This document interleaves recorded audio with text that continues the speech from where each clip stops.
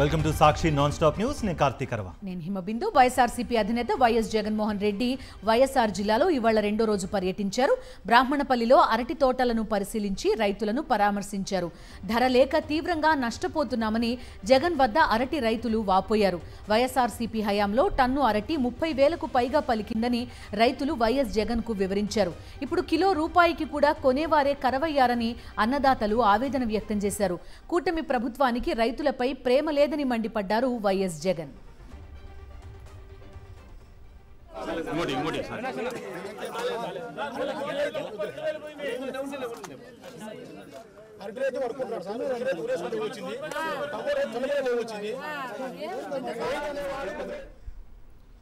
రాష్ట్రంలో రైతులు నష్టపోతున్నారని అన్నారు వైఎస్ జగన్. చంద్రబాబు ఏం చేసినా ఎల్లో మీడియా భజన చేస్తుందని విమర్శించారు. లూటీ చేసిన డబ్బును ఎల్లో ముఠా పంచుకుంటోందని దుయ్యబట్టారు. ప్రతి విషయంలోనూ చంద్రబాబు నాయుడు గారు ఏదైనా జరిగినప్పుడు డ్రామా చేస్తాడు. వెంటనే చేసేస్తాము, వెంటనే 10,000 మంది రైతులతో ఫోన్లో మాట్లాడాడు అంటాడు. మొన్న ఏమంటాడు, ఉల్లి రైతుకి ఏమంటాడు, హెక్టార్కి 50,000 అన్నాడు. దాని ముందు 1,200 రూపాయలు పర్ క్వింటాల్ కొంటానన్నాడు. అది కొనలా. అది పోయి మళ్ళీ తర్వాత 50,000 రూపాయలు పర్ హెక్టార్కి ఇస్తాడు. అది బాయా. ఏదో గుళ్ళో లడ్డు అంటాడు, ఇంకోటి అంటాడు. అయినాడు ఆంధ్రజ్యోతి, TV5 డంక టాపిక్లు దాంట్లో డైవర్ట్ చేస్తారు. మన ఈ రైతులంతా మళ్ళీ రైతుల బతుకులు మళ్ళీ బస్ స్టాండ్. అయినాడు ఆంధ్రజ్యోతి, ఆ TV5, ఆ దొంగల ముఠ వీళ్ళంతా కలిసి రాష్ట్రాన్ని లూటీ చేస్తారు. లూటీ చేసిన సొమ్ముని వీళ్ళంతా కలిసి పంచుకుంటారు కాబట్టి చంద్రబాబు నాయుడు ఏం చేసినా కానీ డంక బడ్డ కొట్టడం, టాపిక్ డైవర్ట్ చేయడం.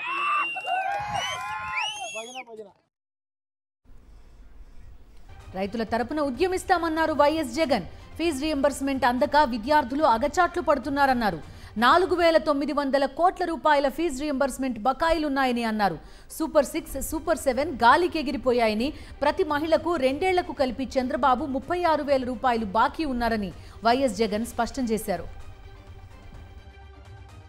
నిజంగా చంద్రబాబు నాయుడు గారు గట్టిగా చెప్తా ఉన్నాం, అయ్యా చంద్రబాబు నాయుడు గారు, నువ్వు గన పట్టించుకునే కార్యక్రమం చేయకపోతే త్వరలోనే రైతుల తరపున మరో గొప్ప ఉద్యమం మళ్ళా జరుగుతుంది.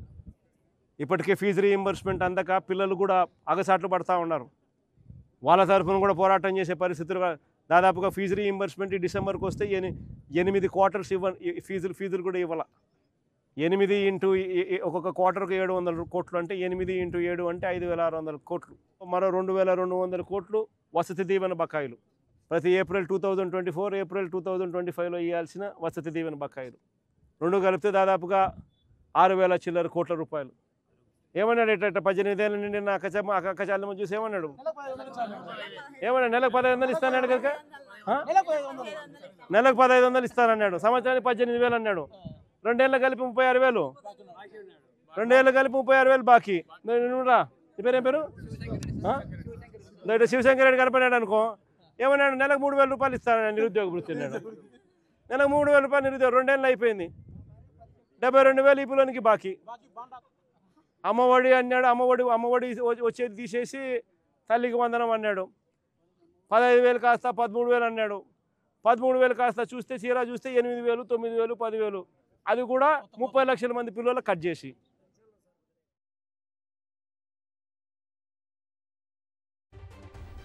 వైఎస్ఆర్సీపీ అధినేత వైఎస్ జగన్మోహన్ రెడ్డి బ్రాహ్మణపల్లి పర్యటనలో సీఎం చంద్రబాబు నాయుడుకు ఓ రైతు సూటి ప్రశ్నలతో చురకలంటించారు. అయ్యా చంద్రబాబు, మాట్లాడితే వ్యవసాయం దండగా అంటున్నావు కదా, నువ్వేమైనా ఇనుప ముక్కలు తిని బతుకుతున్నావా అంటూ ప్రశ్నించారు. రైతులంతా కన్నెర చేస్తే ఏం తిని బతుకుతావు అని నిలదీశారు ఆ రైతన్న. వ్యవసాయం దండగా అంటున్నావు కదా, నువ్వేమైనా ఇనుప ముక్కలు తిని బతుకుతున్నావా చెప్పు, ఒక్కటే మాటే. రైతు పండికు అదే రైతు ఒక్కసారి కన్నెర చేసి పంట పెట్టకోకుంటే మీరందరూ ఏం తిని బతుకుతారు రాష్ట్ర దేశ ప్రజలు చెప్పండి. రాష్ట్ర ప్రభుత్వాలు కానీ కేంద్ర ప్రభుత్వాలు కానీ వ్యవసాయానికి మీరు దేశానికి రక్షణ ఎంత ఇంపార్టెన్స్ ఇస్తున్నారో రైతు కూడా అంతే ఇంపార్టెంట్ ఇవ్వాలని కోరుతాను మేము. పాలకా నుంచి పసిపిల్లల పాలకా నుంచి రైతు మీద ఆధారపడి బతకాల్సిందే. అట్లాంటి రైతులను ఎందుకు నిర్లక్ష్యం చేస్తున్నారు? అరటి రైతుల పరామర్శ తర్వాత పులివెందుల నియోజకవర్గంలో పర్యటించారు జగన్. పులివెందుల జడ్పీటీసీ ఉప ఎన్నికల సమయంలో టీడీపీ గూండాల దాడిలో గాయపడ్డ రామలింగారెడ్డి ఇంటికి వెళ్లారాయన. వేల్పుల రామును పరామర్శించిన ఆయన ధైర్యం చెప్పారు. పులివెందుల జడ్పీటీసీ ఉప ఎన్నికల సమయంలో టీడీపీ అక్రమాలకు తెగబడింది. అక్రమంగా ఎన్నికల్లో నెగ్గేందుకు వైఎస్ఆర్సీపీ శ్రేణులపై దాడికి దిగారు టీడీపీ గూండాలు. నల్లగొండవారిపల్లెలో వేల్పుల రాముతో పాటు ఎమ్మెల్సీ రమేష్ యాదవ్పై టీడీపీ నాయకులు దాడికి తెగబడి హత్యాయత్నం చేశారు. దీంతో ఆయనకు అండగా నిలిచారు వైఎస్ఆర్సీపీ అధినేత.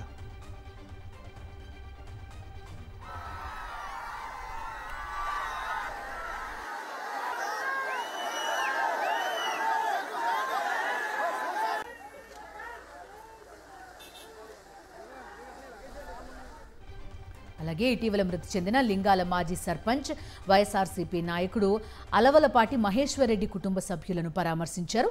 అనంతరం లింగాల మండల మాజీ ఉపాధ్యక్షుడు పోచంరెడ్డి వెంగళరెడ్డి నివాసానికి వెళ్లి వారి యోగక్షేమాలు అడిగి తెలుసుకున్నారు.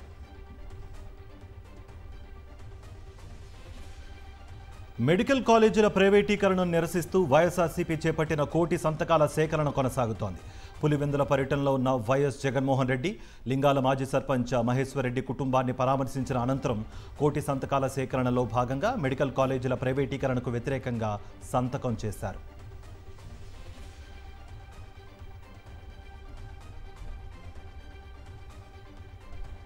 జనం మెచ్చిన నేత వైఎస్ జగన్.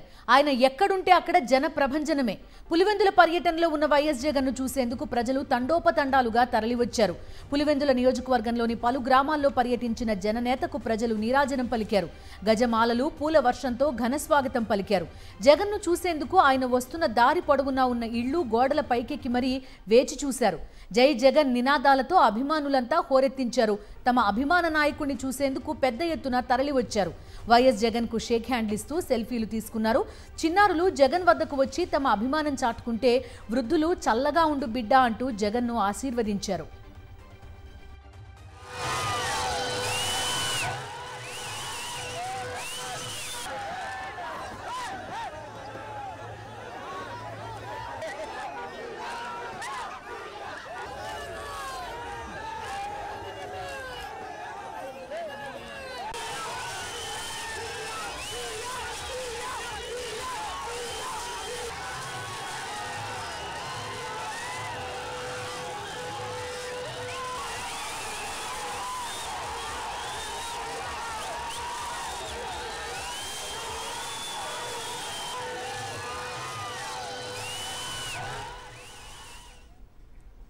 Moving on. తూర్పుగోదావరి జిల్లా శంకరగుప్తంలో పర్యటించిన డిప్యూటీ సీఎం పవన్ కళ్యాణ్కు కొబ్బరి రైతులు షాక్ ఇచ్చారు. ఏళ్ల తరబడి కొబ్బరి తోటలను ఉప్పు నీరు ముంచేస్తోందని రైతులు వివరించగా సమస్య 2019 నుంచే ప్రారంభమైందని వైఎస్ఆర్సీపీ ప్రభుత్వంపై నెట్టే ప్రయత్నం చేశారు డిప్యూటీ సీఎం. దీంతో 4 దశాబ్దాలుగా సమస్య ఉందని రైతులు గట్టిగా చెప్పారు. ఓఎన్జీసీ కార్యకలాపాల వల్లే ఉప్పు నీరు ఎగదన్నుతోందని స్పష్టం చేశారు. 2-3 సార్లు పవన్ వెట్టించిన రైతులు సమాధానంతో మిన్నుకుండిపోయారు డిప్యూటీ సీఎం. మీ వల్ల 2014లో కూటమికి సపోర్ట్ చేశామని ఓ రైతు నిలదీస్తుంటే మైక్ కట్ చేయించారు డిప్యూటీ సీఎం. లేనిది 19 నుంచి ముందుకు వచ్చింది. కేవలం ఓఎన్జీసీ గేల్ వల్ల సార్. ఓఎన్జీసీ గేలు 2 కలిపండి. మళ్ళీ చెప్పండి. ఓఎన్జీసీ వల్లే పోయింది సార్.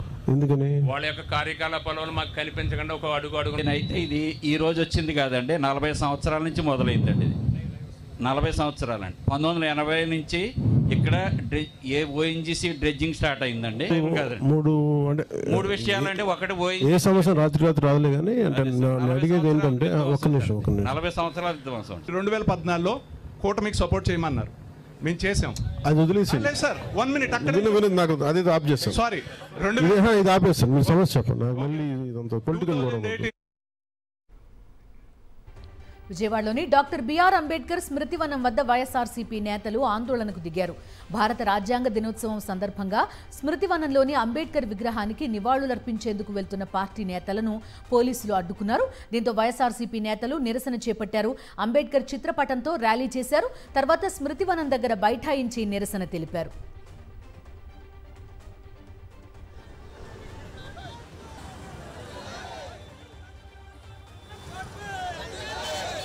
అంబేద్కర్ విగ్రహానికి నివాళులర్పించేందుకు వెళుతున్న తమను అడ్డుకోవడం ఏంటని ప్రశ్నించారు సుధాకర్ బాబు.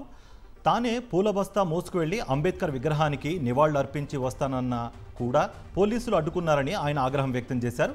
కూటమి ప్రభుత్వానికి వ్యతిరేకంగా పోలీసుల తీరును నిరసిస్తూ నినాదాలు చేశారు.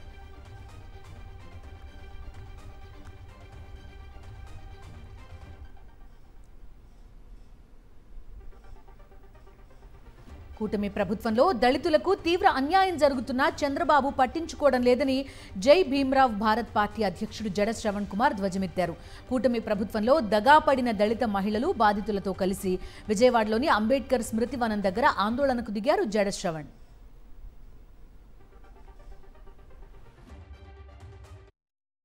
నేను చంద్రబాబు నాయుడిని అడుగుతున్నా, సిగ్గులేదయ్యా నీకు? అసలు నువ్వు ఒక అడ్మినిస్ట్రేటర్వా? నువ్వు రిఫార్మ్స్ గురించి మాట్లాడతావా? నువ్వు 45 సంవత్సరాల ఇండస్ట్రీయా? సిగ్గుందా నీకు కనీసం? ఈ మాట అనటానికే నేను సిగ్గుపడుతున్నా. ఒక ఎమ్మెల్యే, అది కూడా తెలుగుదేశం పార్టీకి సంబంధించినటువంటి ఎమ్మెల్యే, నేను ఒక ఎంపీకి 5 కోట్ల రూపాయలు డబ్బులు ఇచ్చాను, ఇదిగో ఈ స్టేట్మెంట్, బ్యాంక్ స్టేట్మెంట్ ఇస్తే కనీసం ఆ ఎమ్మెల్యే మీద, ఎంపీ మీద చర్యలు లేని డబ్బులు నువ్వెందుకు ఇచ్చావు, డబ్బులు వాడెందుకు తీసుకున్నాడు అని కనీసం ఎమ్మెల్యే మీద చర్యలు లేని నీదొక పార్టీ, నువ్వు ఒక నాయకుడివి, నీదొక honesty. AP deputy CM Pawan Kalyan తీరుపై మరోసారి విమర్శలు గుప్పించారు సుగాలి ప్రీతి తల్లి పార్వతి. ఎన్నికల సమయంలో తమను వాడుకున్న పవన్ కళ్యాణ్ ఇప్పుడు తమ వైపు చూడటం లేదని ఆమె దుయ్యబట్టారు. తాను న్యాయం కోసం పోరాటం చేస్తుంటే అడుగడుగునా అడ్డుకుంటున్నారని అంటున్నారని వాపోయారు. అధికారంలోకి రాగానే తనకు న్యాయం చేస్తానని ప్రగల్భాలు పలికిన పవన్ కళ్యాణ్ ఇప్పుడు డిప్యూటీ సీఎంగా ఉన్నా పట్టించుకోవడం లేదని విమర్శించారు. వచ్చి 18 నెలలు అవుతున్నా ఇప్పటికీ కూడా మరి ప్రతిపక్షంలో ఉన్నప్పుడు ఇదే పవన్ కళ్యాణ్ గారు మరి ఒక్క సీటు వచ్చింటే మరి సుగాలి ప్రీతి కేసుకి న్యాయం జరిగిపోయేది. ఆ అసెంబ్లీలో మాట్లాడడానికి నాకు ఛాన్స్ లేకుండా పోయిందని బాధపడిన పవన్ కళ్యాణ్ గారు ప్రజలు నమ్మి, మాలాంటి బాధితులము మేము అందరం నమ్మి ఓట్లేసి మరి అత్యంత ఎత్తైన ప్లేస్లో, అంటే చాలా ఉన్నతమైన ప్లేస్లో డిప్యూటీ సీఎం హోదాలో మరి ఆయనను కూర్చోబెట్టడం జరిగింది. మరి డిప్యూటీ సీఎం అయ్యి నేటికి 18 నెలలు అవుతున్నా ఇప్పటికీ కూడా సుగాలి ప్రీతి కేసు గురించి ఊసెత్తడం లేదు మరి పవన్ కళ్యాణ్ గారు. ఎన్నో కేసుల్లో నిందితుడిగా బెయిల్పై బయట ఉన్న చంద్రబాబు అధికార దుర్వినియోగం చేస్తున్నారని ఆరోపించారు. వైఎస్ఆర్సీపీ రాష్ట్ర ప్రధాన కార్యదర్శి, మాజీ ఏఏజీ పొన్నవోలు సుధాకర్ రెడ్డి అధికారాన్ని అడ్డం పెట్టుకుని సాక్షులను బెదిరించి అవినీతి కేసులు మాఫీ చేయించుకుంటున్నారన్నారు. ఇవన్నీ కోర్టు ధిక్కరణ కిందకు వస్తాయని, వీటి ఆధారంగా ఆయన బెయిల్ ఎందుకు రద్దు చేయొద్దని ప్రశ్నించారు. చంద్రబాబు చేస్తున్న అధికార దుర్వినియోగంపై న్యాయ పోరాటం చేస్తామన్నారు Ponnavolu Sudhakar Reddy. Skill development case, Amaravati inner ring road case, రీశాండ్ కేసు, లిక్కర్ స్కామ్ కేసులన్నీ బెయిల్స్ మీద ఉన్నాడు చంద్రబాబు నాయుడు. లిక్కర్ స్కామ్ దానిలో చంద్రబాబు నాయుడు ముద్దాయిగా ఉన్న కేసులో ఈరోజు ఏసీబీ కోర్టులో విజయవాడ వాళ్ళు విత్డ్రాయల్ పిటిషన్ వేసి, అది ఇంకా ఆర్డర్ బయటికి రాలేదు కానీ విత్డ్రాయల్ కూడా అయినట్టుంది. కూటమి ప్రభుత్వంపై అసంతృప్తి రాగం ఎత్తుకున్నారు మాజీ మంత్రి, భీమిలి టీడీపీ ఎమ్మెల్యే గంటా శ్రీనివాసరావు. సింహాచలం అప్పన్న ఆలయం వివాదాలకు కేర్ ఆఫ్ అడ్రస్గా మారిపోయిందన్నారు. దేవస్థానంపై ఎన్నో ఆరోపణలు వస్తున్నాయని, ఆలయంలో పూర్తి ప్రక్షాళన అవసరమన్నారు. ఆభరణాలు, కానుకల నుంచి ఉద్యోగుల వరకు అన్ని విషయాల్లోనూ వివాదాలే ఉన్నాయన్నారు. ఈ అన్ని వివాదాలకు దృష్టి పెట్టాలి. దీంట్లో ఇప్పుడు కూడా అనేక ఆరోపణలు ఉన్నాయి. ఆ ఆరోపణల్లో కూడా నిజానిజాలు ఎంత, వాస్తవాలు ఏమిటని కూడా తెలుసుకోవాల్సిన అవసరం ఉంది. భక్తులు ఇచ్చే డొనేషన్స్ మీద వివాదం ఉంది, వచ్చే ఆభరణాల మీద వివాదం ఉంది, రకరకాల ఉద్యోగాల వివాదాలు అన్ని కూడా సింహాచలం అంటే ఒక వివాదాల కేర్ ఆఫ్ అడ్రస్ తయారు చేస్తాం. దురదృష్టం ఏంటంటే ఎన్నో రోజుల నుంచి ఈ సెగ్మెంట్ ఇవి ఉండట్లేదు, ఇన్ఛార్జీల దీంట్లో ఉంటున్నారు.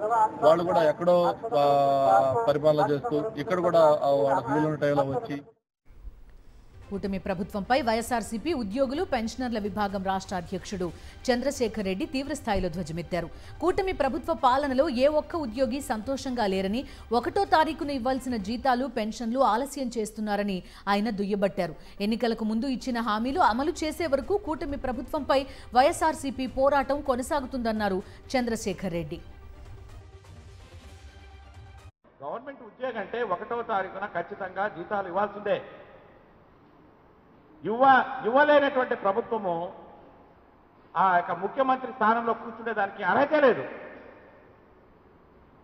ఫెయిల్ అయినట్టు ముఖ్యమంత్రి గారు. ఉద్యోగస్తుల జీతాలు సకాలంలో చెల్లించకపోతే ఆ ప్రభుత్వం ఫెయిల్ అయినట్టు. దాన్ని ఎక్కడ ఒప్పుకోబడుతుందో అనేటువంటి దాంతో మేము 1వ తారీఖునే ఇస్తున్నాం అంటున్నారు. ఎవరికి ఇస్తున్నాం? 1వ తారీఖున అడిగితే ఇస్తున్నాం. ఎవరికో 10 మందికి ఇచ్చి అది అందరికి ఇచ్చినట్లు లెక్క. హైదరాబాద్లో Safran aircraft engine service ఫెసిలిటీని ప్రధాని నరేంద్ర మోదీ వర్చువల్గా ప్రారంభించారు. దేశంలో ఏవియేషన్ రంగం వేగంగా అభివృద్ధి చెందుతోందని తెలిపారు. ఇప్పటికే భారత్ 1500 ఎయిర్ క్రాఫ్ట్లకు ఆర్డర్ ఇచ్చిందని వివరించారు. ఎయిర్ క్రాఫ్ట్ల సర్వీస్ సెంటర్ భారత్లో ఏర్పాటు కావడం ఎంతో ఉపయోగకరమని పేర్కొన్నారు. సాఫ్రన్ సంస్థకు కేంద్రం సహాయ సహకారాలు అందిస్తుందని చెప్పారు ప్రధాని మోదీ. ఇక స్పేస్ డిఫెన్స్ రంగాల్లో ఎంఎస్ఎంఈలను ప్రోత్సహించే విధానంలో ముందుకు వెళుతున్నట్టుగా తెలిపారు. భారత్లో పెట్టుబడులు పెట్టాలని ఇన్వెస్టర్స్కు పిలుపునిచ్చారు. बीते 11 साल में 40,000 से अधिक कंप्लायंसेस हमने कम किए हैं। भारत ने बिजनेस से जुड़े सैकड़ों प्रावधानों को डिक्रिमिनलाइज किया है। नेशनल सिंगल विंडो सिस्टम ने अनेक अप्रूवल्स को एक ही प्लेटफॉर्म पर ला दिया है। GST reforms, faceless tax assessments, नए लेबर कोड्स और आईबीसी, इन सब ने गवर्नेंस को पहले से कहीं अधिक सरल और पारदर्शी बनाया। इन्हीं प्रयासों की वजह से आज भारत को एक ट्रस्टेड पार्टनर, एक मेजर मार्केट और एक राइजिंग मैन्युफैक्चरिंग हब के रूप में देखा जा सकता है। హైదరాబాద్ను ఎంచుకున్నందుకు సాఫ్రన్ సంస్థకు ధన్యవాదాలు తెలిపారు తెలంగాణ ముఖ్యమంత్రి రేవంత్ రెడ్డి. ఇది నగర అభివృద్ధికి మరింత దోహదం చేస్తుందని చెప్పారు. ఏరోస్పేస్ ఏవియేషన్ హబ్గా హైదరాబాద్ ఎదుగుతోందన్నారు సీఎం రేవంత్. సాఫ్రన్ సంస్థకు అవసరమైన సహకారం అందించేందుకు ప్రభుత్వం సిద్ధంగా ఉందన్నారు. డిసెంబర్లో జరగనున్న తెలంగాణ రైజింగ్ 2047 గ్లోబల్ సమ్మిట్కు రావాలని ప్రధాని మోదీని ఆహ్వానించారు ఆయన. Telangana will continue to support partners like Safran, provide world-class infrastructure, and encourage the aerospace and defense sector. We are building a Bharat Future City spread in 30,000 acres of land. It will be planned totally green, net zero, and India's answer to New York, Tokyo, Dubai, or Singapore, or South Korea. Revanth Reddy ప్రభుత్వం విద్యుత్ రంగంలో 50,000 కోట్ల scam చేస్తోందని ఆరోపించారు మాజీ మంత్రి Harish Rao. NTPC 1 megawatt 12 కోట్లకు ఇచ్చేందుకు ముందుకు వచ్చిన రాష్ట్ర ప్రభుత్వం మాత్రం 14 కోట్లకు ప్రతిపాదించిందన్నారు. యాదాద్రి పవర్ ప్లాంట్లో 1 మెగావాట్ 7 కోట్లకు నిర్మాణం అయితే ఇప్పుడు రెండింతలు ఖర్చు పెడుతున్నారని అన్నారు. 30 నుంచి 40% కమిషన్ల కోసం 15 నుంచి 20,000 కోట్ల అంచనాలు పెంచిన రేవంత్ సర్కార్ ప్రజాధనం లూటీ చేస్తోందని మండిపడ్డారు హరీష్ రావు. రేవంత్ రెడ్డి ప్రభుత్వం ఎప్పుడు ఏం మాట్లాడినా, ఏం చేసినా, ఏది చేయకపోయినా దాని వెనుక ఒక మిషన్ ఉంటుంది. ఆ మిషనే కమిషన్. అక్షరాల 50,000 కోట్ల స్కామ్. జెన్కో 1 మెగావాట్కు 14 కోట్లు ఖర్చు అయిద్దని ఇచ్చింది. ఎన్టీపీసీ 1 మెగావాట్కు 12 కోట్ల 23 లక్షలు ఖర్చు అవుతుందని స్పష్టంగా చెప్పింది. ఆ డిపిఆర్ మీ దగ్గరనే ఉంది, ఈ డిపిఆర్ మీ దగ్గరనే ఉంది. మరి రామగుండంకు ఈరోజు 14 కోట్ల రూపాయలకు మీరు ఎస్టిమేట్ చేసిండ్రు. ఇన్ఫ్యాక్ట్ ఈ 14 కోట్లలో కాదు, ఇది ఇంకా పెరుగుతుంది. ఎన్విరాన్మెంట్ కంట్రోల్ సిస్టమ్ మీరు తీసేసినారు, కాస్ట్ ఎక్కువైతుందని. అది తీసేసి కూడా 14 కోట్లు పెట్టిండ్రు, అంటే డబుల్ ద. వరంగల్లోని కాకతీయ మెగా టెక్స్టైల్ పార్క్ ను సందర్శించారు మాజీ మంత్రి కేటీఆర్. రేవంత్ సర్కార్పై తీవ్రస్థాయిలో విరుచుకుపడ్డారు. జీహెచ్ఎంసీ పరిసరాల్లోని కార్పొరేషన్లు, మున్సిపాలిటీల విలీనంపై కేటీఆర్ ఆగ్రహం వ్యక్తం చేశారు. కేసీఆర్ హయాంలో 10 జిల్లాలను 32 జిల్లాలుగా మార్చి కొత్త రెవెన్యూ డివిజన్లు, పురపాలికలు ఏర్పాటు చేశారని గుర్తు చేశారు. ప్రభుత్వాన్ని ప్రజల చెంతకు తీసుకెళ్లేందుకు బీఆర్ఎస్ ప్రభుత్వం ప్రయత్నం చేసిందన్నారు. అయితే ఇప్పుడు కాంగ్రెస్ ప్రభుత్వం ఎవరితో చర్చించి మున్సిపాలిటీలను విలీనం చేస్తోందని ప్రశ్నించారు. కేసీఆర్ గారు ఉన్నప్పుడు 10 జిల్లాల తెలంగాణని 32 జిల్లాలుగా మార్చారు.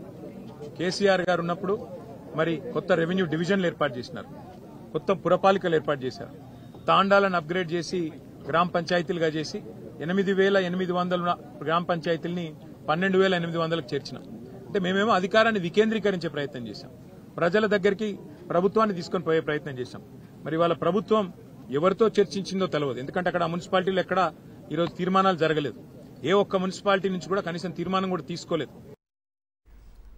ఢిల్లీలోని జంతర్ మంతర్ వద్ద జాతీయ మాల మహానాడు నేతృత్వంలో రాజ్యాంగ హక్కుల సాధన సభ జరిగింది.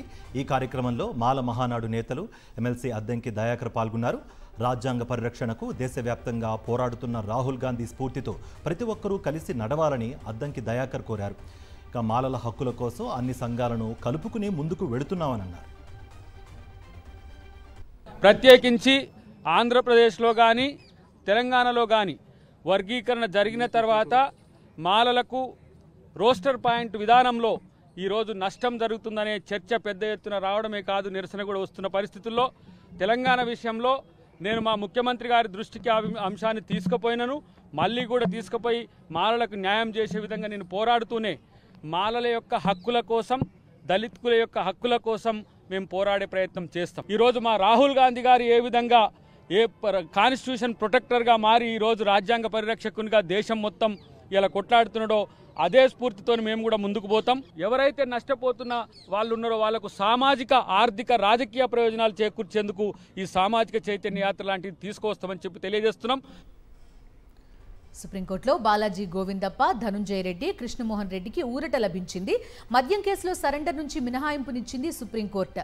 ఏపీ హైకోర్టు తీర్పు రద్దు చేయాలన్న పిటిషన్పై నోటీసులు దాఖలు చేయగా 10 రోజుల్లోగా సిట్ కౌంటర్ దాఖలు చేయాలని ఆదేశించింది. Supreme chief justice Suryakant, justice Bagchi విచారణ జరిపారు. మద్యం అక్రమ కేసులో డిఫాల్ట్ బెయిల్ రద్దు చేస్తూ ఏపీ హైకోర్టు ఇచ్చిన తీర్పును సవాల్ చేశారు పిటిషనర్లు. ఐబొమ్మ రవిని 3 రోజుల కస్టడీకి అనుమతినిచ్చింది నాంపల్లి కోర్టు. రేపటి నుంచి 29వ తేదీ వరకు రవిని కస్టడీలోకి తీసుకుని విచారించనున్నారు సైబర్ క్రైమ్ పోలీసులు. ప్రస్తుతం చంచల్గూడ జైల్లో ఉన్న ఐబొమ్మ రవి రేపు ఉదయం జైలు నుంచి కస్టడీకి తీసుకోనున్నారు పోలీసులు.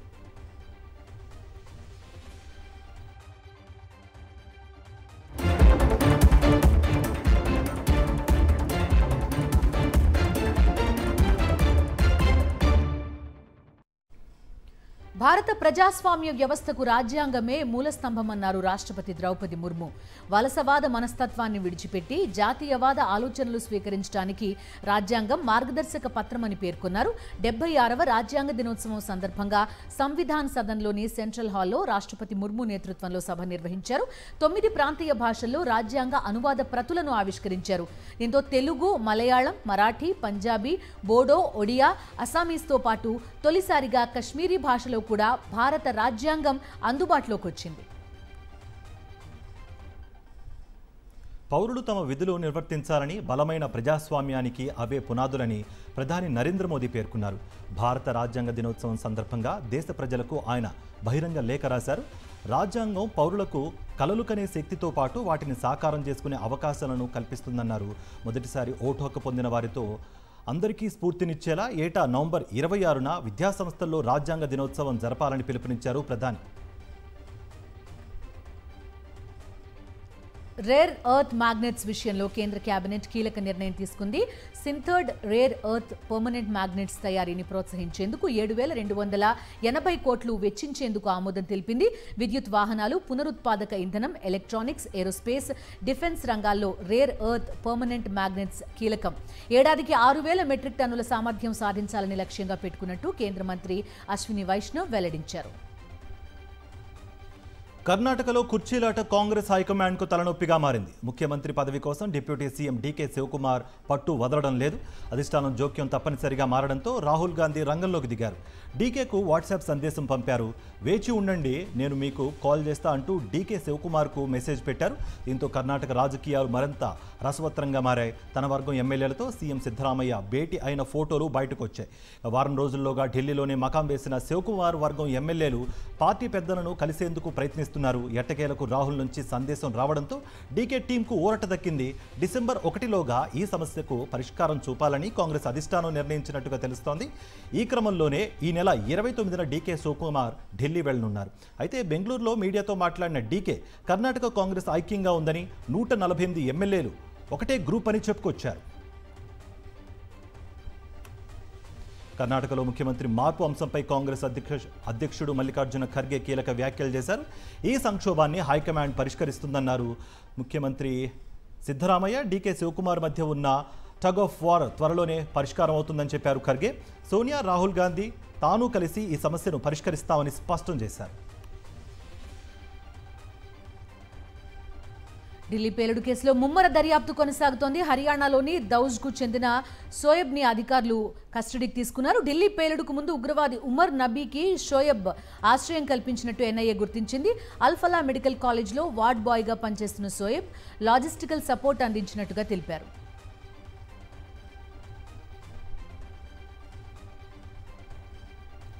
కోట్లు ఖరీదు చేసే వాహనాలకు వేలు, మరికొందరైతే లక్షలు ఖర్చు చేసి ఫ్యాన్సీ నెంబర్స్ కొనుగోలు చేయడం చూస్తూనే ఉంటాం. సొసైటీ కోసం కొందరు, సెంటిమెంట్తో మరికొందరు ఇలా లక్షలు వెచ్చిస్తూ ఉంటారు. కానీ హర్యానాలో ఓ నెంబర్ ఏకంగా అన్ని రికార్డులను బద్దలు కొట్టేసింది. వేలంపాటలో లక్షల నుంచి కోట్లకు వెళ్ళింది. హర్యానా రవాణా శాఖ HR 888B 8888 నెంబర్ కోసం వేలం నిర్వహించింది. ప్రారంభ ధర 50,000 నిర్ధారించగా చివరకు దాన్ని 1,17,00,000 చెల్లించి దక్కించుకున్నారు. ప్రస్తుతం దేశంలో అత్యంత ఖరీదైన కార్ నెంబర్ ఇదే.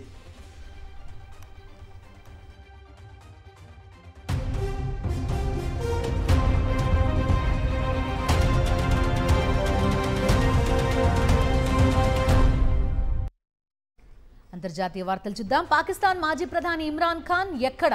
ఈ అంశం ప్రస్తుతం పాక్లో తీవ్ర ఉద్రిక్తతలు రాజేస్తోంది. ఇమ్రాన్ని జైల్లో చంపేశారనే వార్తలు వెల్లువెత్తుతున్నాయి.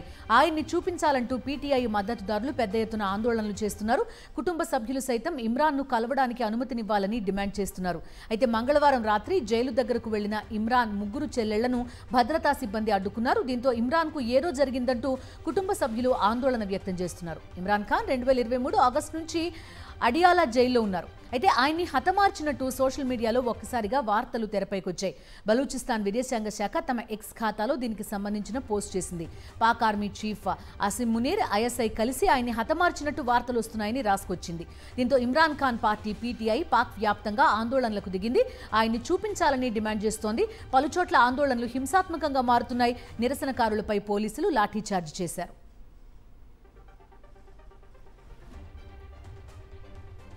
హాంకాంగ్లో భారీ అగ్ని ప్రమాదం సంభవించింది. బహుళ అంతస్తుల భవనం నుంచి అగ్నికీలలు ఎగిసిపడి 12 మంది దుర్మరణం పాలయ్యారు.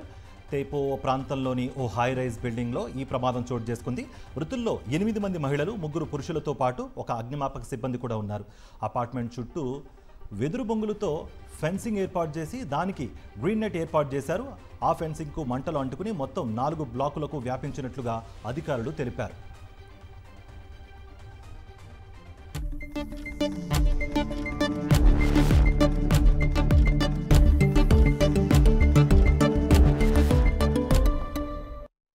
బిజినెస్ అప్డేట్స్ చూద్దాం. దేశీయ స్టాక్ మార్కెట్స్ భారీ లాభాల్లో ముగిశాయి.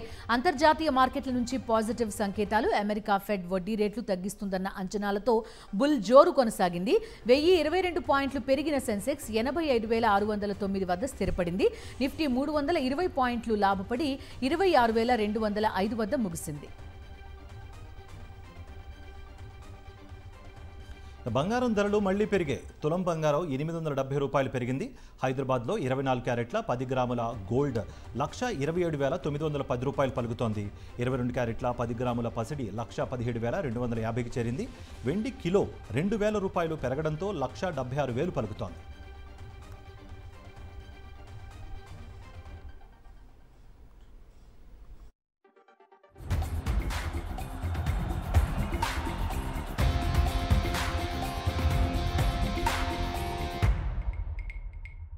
Coming to sports updates, ICC one-day batting rankings-లో మాజీ కెప్టెన్ రోహిత్ శర్మ మరోసారి నంబర్ 1 స్థానానికి చేరుకున్నాడు. న్యూజిలాండ్ బ్యాట్స్మెన్ రాడల్ మిషెల్ని అధిగమించి ఫస్ట్ ప్లేస్కి దూసుకెళ్లాడు. టీమిండియా కెప్టెన్ శుభ్మన్ గిల్ 4వ స్థానంలో, విరాట్ కోహ్లీ 5వ స్థానంలో, శ్రేయస్ అయ్యర్ ఒక ర్యాంక్ దిగజారి 9వ స్థానానికి చేరుకున్నాడు.